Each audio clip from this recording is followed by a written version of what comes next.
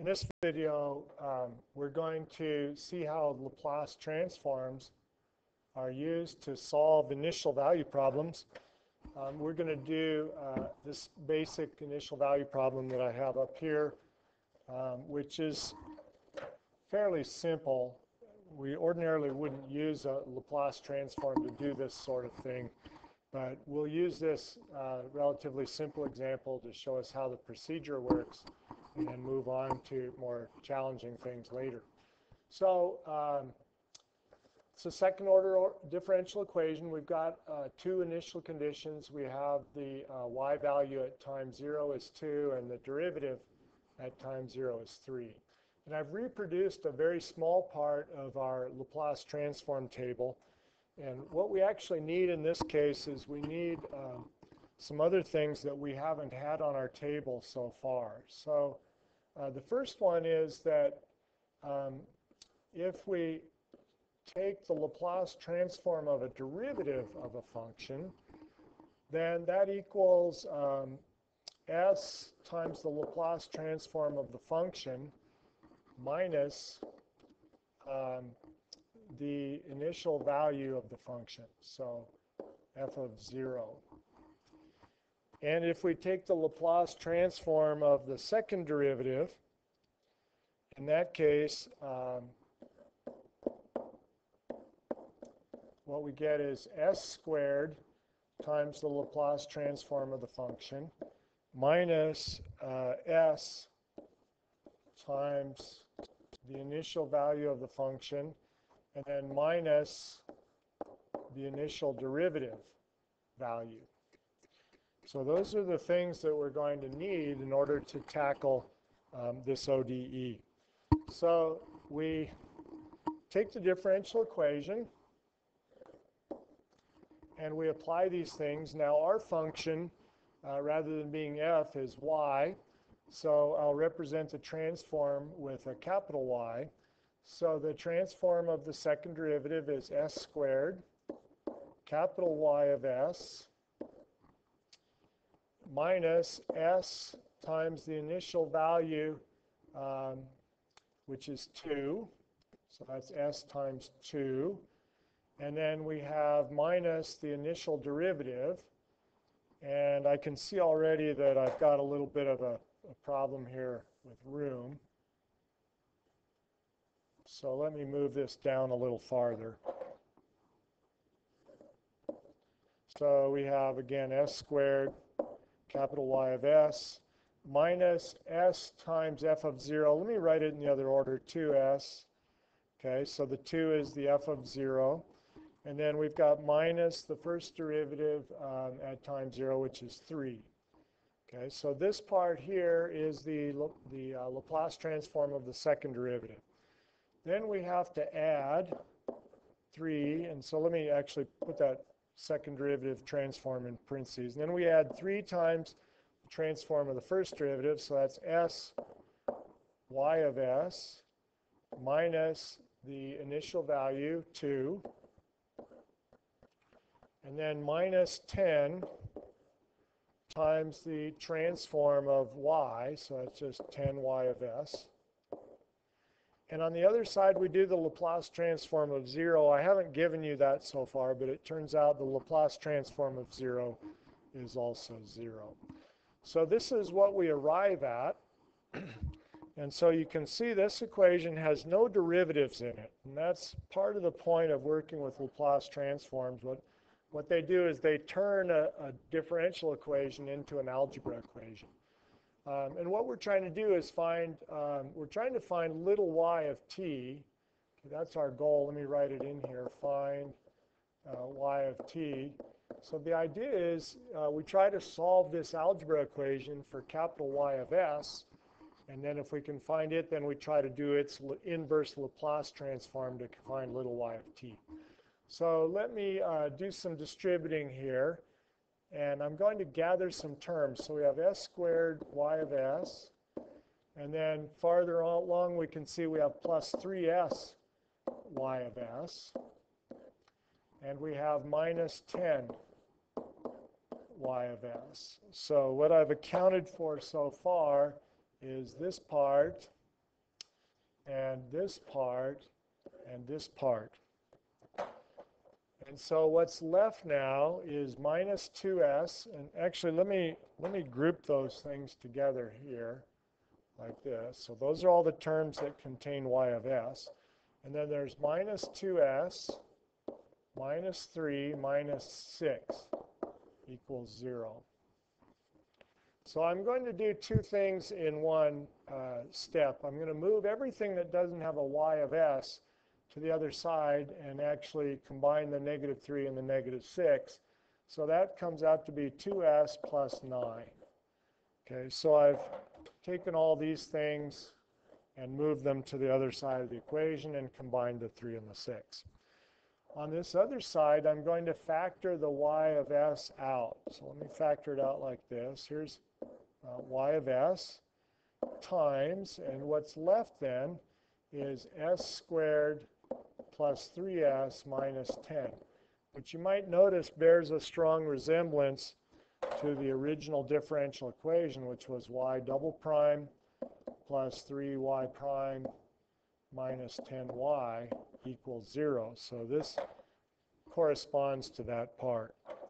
So now what we have is we have that y of s equals 2s plus 9 over s squared plus 3s minus 10. So we've got the transform of our solution. So now what we'd like to do is try to determine the inverse transform of y of s. Let's go to another page. Let's write down our y of s here. Y of s was 2x plus 9 over s squared plus 3s minus 10. And yes, that should be an s rather than an x. So let's fix that. And so what we want to do is a partial fraction decomposition of that. So what we have, that's 2x plus 9 over s plus 5 times s minus 2. So we assume that that's equal to some a over s plus 5 plus some b over s minus 2. And we then get a common denominator on the right-hand side, so we get 2x plus 9 over s plus 5 times s minus 2 equals a times s minus 2 plus b times s plus 5 over s plus 5 times s minus 2. So we now equate the numerators.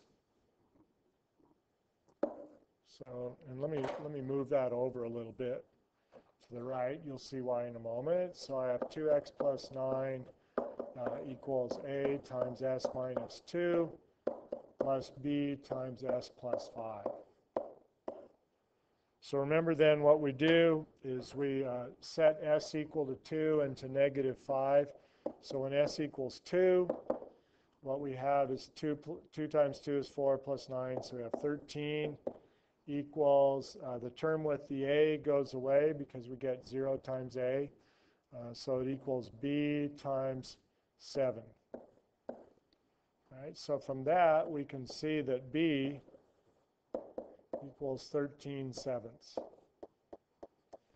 Then when s equals negative 5, we get negative 1 on this side equals a times negative 7. So we divide both sides by negative 7, and we see that a equals 1/7. So now we have our partial fraction decomposition. So what we know is that y of s looks like 1/7 over s plus 5 plus 13/7 over s minus 2. And we can actually pull the 1/7 off. So this is equal to 1/7 times 1 over s, and I want to put it in the form that we have for our the Laplace transform of an exponential. So I'll write this as 1/7. Oh, that's just getting worse. Let me fix that.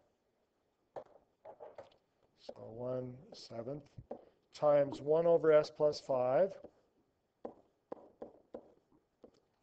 Oops, I said I was going to change that to the form we want. So we want a minus sign in there, so it looks like our 1 over s minus a. So this is 1 over s minus negative 5. And then we have plus 13/7 times 1 over s minus 2. So what we want to do is find the inverse Laplace transform of that, and that'll be y of t. So y of t will be the inverse Laplace transform of what we have there in the parentheses, 1/7 times 1 over s minus negative 5 plus 13/7 times 1 over s minus 2. And by the linearity of the inverse Laplace transform, this is 1/7. The inverse Laplace transform of 1 over s minus negative 5 plus 13/7 times the inverse Laplace transform of 1 over s minus 2. And using our tables, we can see that this is 1/7 e to the negative 5t plus 13/7 times e to the 2t. All right, and so this is our y of t.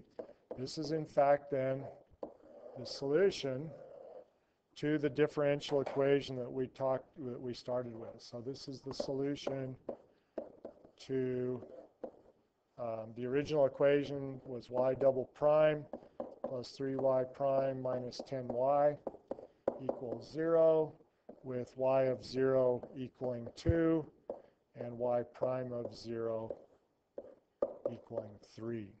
Okay, so that's how we use Laplace transforms to solve initial value problems. Now this problem was relatively straightforward.